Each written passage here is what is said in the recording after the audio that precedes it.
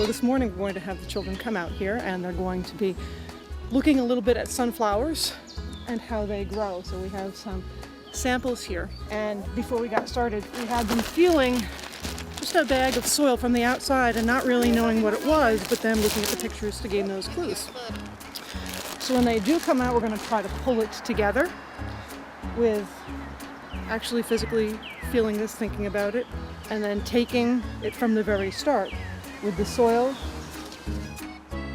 with the seeds, with the water, making their own starts.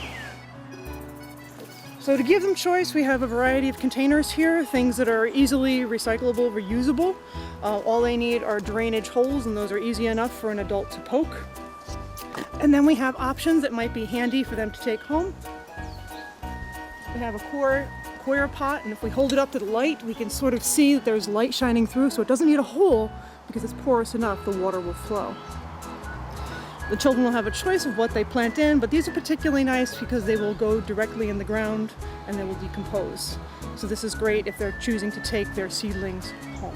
So their container of choice in hand, whatever it may be, anything where water will soak through and it'll hold the soil. Carry it to the table. There's yours. We'll proceed back to the table, fill it on up, poke their holes, and cover it. We're pretty much done. Oh wait, and then we have to water it. Declan, you need to add some water to yours still?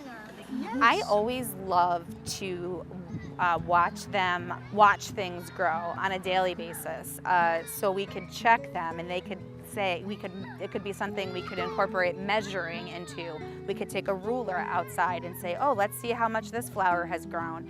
And for now, it could be something that we do once a week, and they can watch something grow from a tiny seed to either a 2-foot or 6-foot sunflower, which is, I think that in itself is one of the reasons that I love sunflowers particularly, because I think it's amazing that this tiny little thing can grow so big. And that always reminds me of the children, because you get these teeny tiny babies and then 4 or 5 years later you're sending them off to schools. Is that so pretty?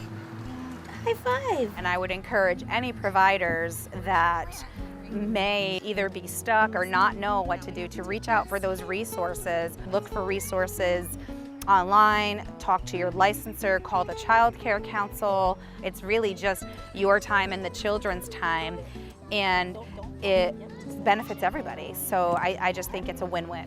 And then fill it in. And you just planted a sunflower.